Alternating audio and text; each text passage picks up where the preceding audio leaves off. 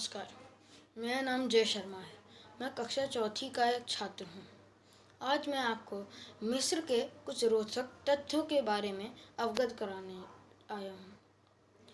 अगर आ, अगर आपसे कोई पूछे कि दुनिया की सबसे खूबसूरत जगह कौन सी है, तो आप ये बोलेंगे कि स्विट्ज़रलैंड या फिर कोई और खूबसूरत देश। लेकिन अगर मैं आपसे पूछूं कि अगर दुनिया की सबसे विचित्र और मिस्टीरियस जगह कौन सी है, तो वो जगह है मिस्र।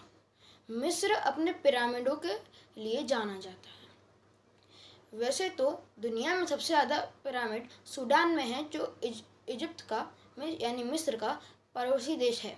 लेकिन इजिप्ट में कुछ ऐसे मुख्य पिरामिड हैं जिनके बारे में आज हम चर्चा करने वाले हैं। मिस्र के ये 3 मुख्य पिरामिड बड़े ही ज़रूरी हैं समझने के लिए।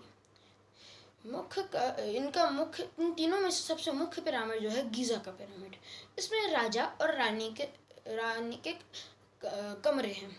ये 2 कमरों में जाने के लिए बहुत रास्ते हैं और उनको ऐसी जगहों पर रखा गया है जिधर से कुछ ऐसी लंबी सी गलियां आती हैं, कनेक्ट होती हैं और वो सीधा तारों की तरफ अलाइन करती हैं।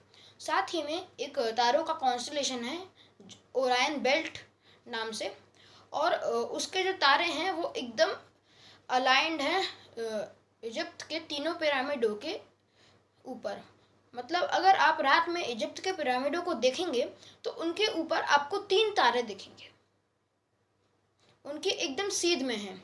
साथ ही में अगर आप मुख्य पिरामिड यानी गीज़ा के पिरामिड के ऊपर से एक लाइन खींचेंगे तो वो सीधा नॉर्थ पोल में जाके मिलेगी। इतनी सटीकता से 4000 साल पहले लोगों ने इसे कैसे बनाया, ये आज तक रहस्य है। ये इसके जो ईंटें हैं जिससे ये पिरामिड बने हैं, ये ऐसा पत्थर पूरी दुनिया में साइंटिस्ट ने कहीं नहीं पाया। साथ ही में इसको बनने की प्रोसेस की रिसर्च भी की जा रही है। इजिप्ट का पिरामिड बॉल एंड सॉकेट नाम के एक तरीके से बना गया है।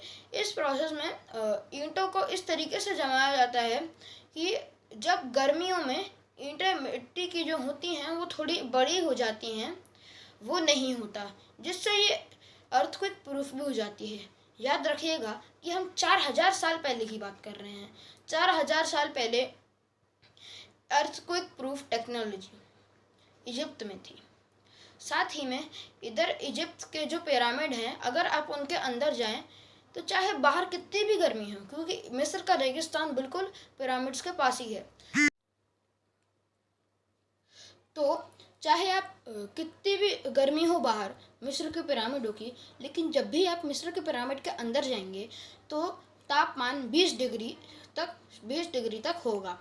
ये धरती का सबसे अनुकूल तापमान है और ये टेक्नोलॉजी पिरामिड के साथ ही बनाई गई थी, ना कि उसमें अलग से जोड़ी गई थी। अब आप ये सोचिए कि 4000 साल पहले एसी, नेचुरल एसी और साथ ही में अर्थक्वेक प्रूफ टेक्निक, ये बनाने की तकनीकें इन्होंने कहाँ से बनाई और कहाँ से सोची, ये आज तक रहस्य है। अब बात करते हैं उधर के एक मंदिर के बारे में जिसका नाम है दंडेरा मंदिर। उधर का जो दंडेरा टेम्पल है वो उधर के एक देवता जिनका नाम हैथोर है उनके लिए था। वो कुछ सालों पहले तक रेत के नीचे आधा दबा हुआ था, लेकिन उस आधी रेत को पूरा क्लियर कर दिया गया और फिर उधर जब खोज करने आए तो उनको एक ऐसी तस्वीर दिखी जिसमें एक ट्यूबलाइट जैसा आकार का एक यंत्र था, जिसके अंदर एक सांप था ऐसे में, और वो ट्यूबलाइट जैसे था। ऐसी एक ट्यूबलाइट आज भी होती है जिसका जो वाइट कलर की होती है और उसमें भी एक ऐसा हैंडल होता है जैसा उसमें फ़ोटो में था। साथ ही में उसके नीचे से ऐसा एक कमल के फूल जैसा वायर सा निकला था और एक डब्बे से कनेक्टेड था। और इसका अब आप सोचिए कि शायद इजिप्ट में 4000 साल पहले इलेक्ट्रिसिटी होगी, पता नहीं। आज भी खोजकर्ता इस रहस्य का पर्दा उठाने में संकोच कर रहे हैं। उनको पता नहीं चल पा रहा है कि ये कैसे किया इन लोगों ने। साथ ही में ऐसी कुछ जो तस्वीरें हैं जिनमें ऐसा साफ साफ दिखता है कि कुछ हेलीकॉप्टर, कुछ एरोप्लेन और कुछ कार जैसे चित्र उनने नकाशे हुए हैं दीवारों पर। साथ ही में आपको मैं एक रहस्य की बात बताता हूँ कि इजिप्ट में यूँ तो कहने को पिरामिड राजा या रानी की मम्मी के लिए होते थे, लेकिन आज तक मैं आपको बताता हूँ आज तक कितनी मम्मियाँ सारे पिरामिडों में मिली हैं। इसका आंसर है 0।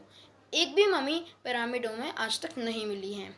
इस और ना ही जिधर उनका चैम्बर था, ना ही किंग्स चैम्बर में किंग की मम्मी मिली और ना ही क्वीन चैम्बर में क्वीन की मम्मी मिली। और जैसे नॉर्मल दीवारों में जो पिरामिड के अंदर थी उनमें जैसी नक्काशी करते थे, वैसे जिन कमरों में वो मम्मी का प्लेटफॉर्म था उधर नहीं थी। वो सिर्फ पत्थर था और एकदम ऐसा प्लेन पत्थर था कि ऐसा लगता है कि वो लेज़र कटिंग टेक्निक से काटा गया है। सोचिए 4000 साल पहले लेज़र कटिंग टेक्निक। साथ ही में इधर पिरामिड में पिरामिड जो है ये,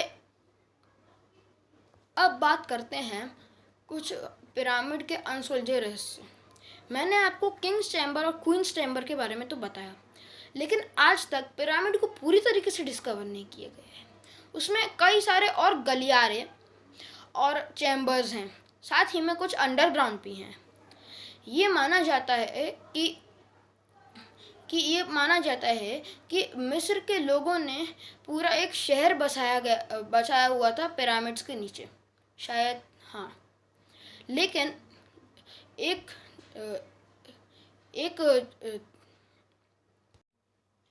अब मैं आपको मिस्र के पिरामिडों के बारे में कुछ अनसुलझे रहस्य बताता हूँ। मैंने अभी तक आपको किंग्स चैम्बर और क्वींस चैम्बर के बारे में बताया, लेकिन आज भी पिरामिड के अंदर कुछ बहुत सारे गलियारे और चैम्बर्स हैं जो अभी अनडिस्कवर्ड हैं। एक बार आर्कियोलॉजिस्ट की टीम ने एक गलियारे में एक ड्रोन कैमरा भेजा जिसमें व्हील्स थे, जिससे वो छोटे गलियारों के बीच में आसानी से जा सकता था। उसे गलियारों के अंदर भेजा जो जब क्वींस चैम्बर डिस्कवर हो रहा था तब की बात है ये। तो जब वो उसको भेजा गया तो उसके सामने जब वो जा रहा था गलियारे में तो उसको आगे का डेड एंड मिला, और डेड एंड में कुछ ऐसी लोहे की सील सी लगी हुई थी, कुछ इस तरीके से मुड़ी हुई, और उससे ऐसा लग रहा था कि वो लोग नहीं चाहते थे कि इसको खोला जाए उसको। लेकिन आधुनिक मशीनों की वजह से उसको ड्रिल कर लिया गया, और उससे एक फ़ोटो क्लिक की गई जिससे क्वींस चैम्बर का पता चला। लेकिन जैसे ही उसके अंदर वो कैमरा गया वो डिस्कनेक्ट हो गया, और उसके बाद इजिप्ट की सरकार ने ऐसी कोई भी आर्कियोलॉजी खोज करने पर पाबंदी लगा दी। पता नहीं, आज तक हम लोग को ये नहीं मालूम है कि ये मिस्र के पिरामिड क्यों और किस लिए बनाए गए थे। कुछ लोग बोलते हैं मम्मी के लिए बनाए गए थे, लेकिन मम्मी तो आज तक एक भी मिली नहीं। कुछ लोग कहते हैं कि इसके अंदर उन लोग के शहर थे, लेकिन ऐसी भी कोई बात नहीं। अब मैं आपको बताता हूँ ग्रेट स्फिंक्स के बारे में। 21 मार्च को दुनिया का साल का सबसे बड़ा दिन होता है। तो उस दिन अगर आप इमेज देखेंगे इजिप्ट के पिरामिड्स की, तो आपको शायद आपने इजिप्ट के पिरामिड की जब फ़ोटो देखी होगी तो आपने एक एनिमल सा देखा होगा जो उसने फ़राओ जैसा एक नकाब सा लगा रखा है, और उसका जो सर है वो इंसान का है, लेकिन जो बाकी का शरीर का हिस्सा है वो शेर के शरीर जैसा दिखता है। उसका नाम है द ग्रेट स्फिंक्स। 21 मार्च के दिन जब साल का सबसे बड़ा दिन होता है, उस दिन शाम को जब सनसेट हो रहा होता है, तो अगर आप उसकी इमेज देखेंगे तो सनसेट सीधा स्फिंक्स के हेड के ऊपर से हो रहा होता है। मतलब इतनी गजब की अलाइनमेंट 4000 साल पहले पता नहीं कैसे उन लोगों ने की होगी। और ये स्फिंक्स सबसे ज़्यादा विचित्र क्रिएचर है पूरे इजिप्शियन पेनिनसुला का। ऐसा ऐसा स्ट्रक्चर ना ही सूडान में है और ना ही इजिप्ट में है और ना ही इजिप्ट के पास कोई देशों में है। साथ अब मैं आपको स्फिंक्स के कुछ रहस्यों के बारे में बताता हूँ। जब आर्कियोलॉजिस्ट इस सफाई कर रहे थे, यानी कि कुछ सालों पहले तक ये रेत के नीचे दबा हुआ था, लेकिन फिर इसको रेत के नीचे से निकाला गया और तब आर्कियोलॉजिस्ट ने एक्सीडेंटली कुछ इसके नीचे टनल्स डिस्कवर की। साथ ही में ये जो क्रिएचर है, इसके गले के पास में एक डोर है, उसके अंदर भी बहुत सारे टनल्स हैं और इसके टनल्स में 2 चैम्बर हैं, जैसे कि एक मॉडर्न सिटी का सीवर सिस्टम जैसा होता है। और कुछ लोग तो ये भी मानते हैं कि इसके अंदर सिटीज़ बसाई गई होंगी। और ये बात सही सच है या गलत, ये आज तक रहस्य है। साथ ही में आपने अगर इजिप्ट के मिस्र के पिरामिडों के साथ साथ स्फिंक्स को भी देखा होगा, तो आपने ये बात नोटिस की होगी कि उसकी नाक फूटी हुई है, यानी कि उसकी नाक ऐसे कटी हुई है, टूटी हुई है। तो आप लोग ने सोचा होगा कि ये कैसे टूटी होगी, लेकिन ये सबसे बड़ा रहस्य है आज तक का। क्योंकि कुछ लोग मानते हैं कि नेपोलियन बोनापार्ट, जो कि एक फ्रेंच एम्परर था, उसने जब इजिप्ट पे हमला किया था, शायद तब उसका विध्वंस कर दिया था, लेकिन ऐसा कुछ नहीं था। क्योंकि जब फ्रांस के कुछ डॉक्यूमेंट्स को स्टडी किया गया तो उसमें ऐसा कुछ नहीं पाया गया। तो फिर इसकी नाक कैसी टूटी, और शायद ये नेचुरल आपदाओं की वजह से हुई है, पता नहीं, ये भी बहुत बड़ा रहस्य है। मेरे पास तो आपको बताने के लिए इतना ही था। अगर मेरे को कोई और रोचक तथ्य पता चलेंगे तो मैं आपको बताता रहूँगा। धन्यवाद।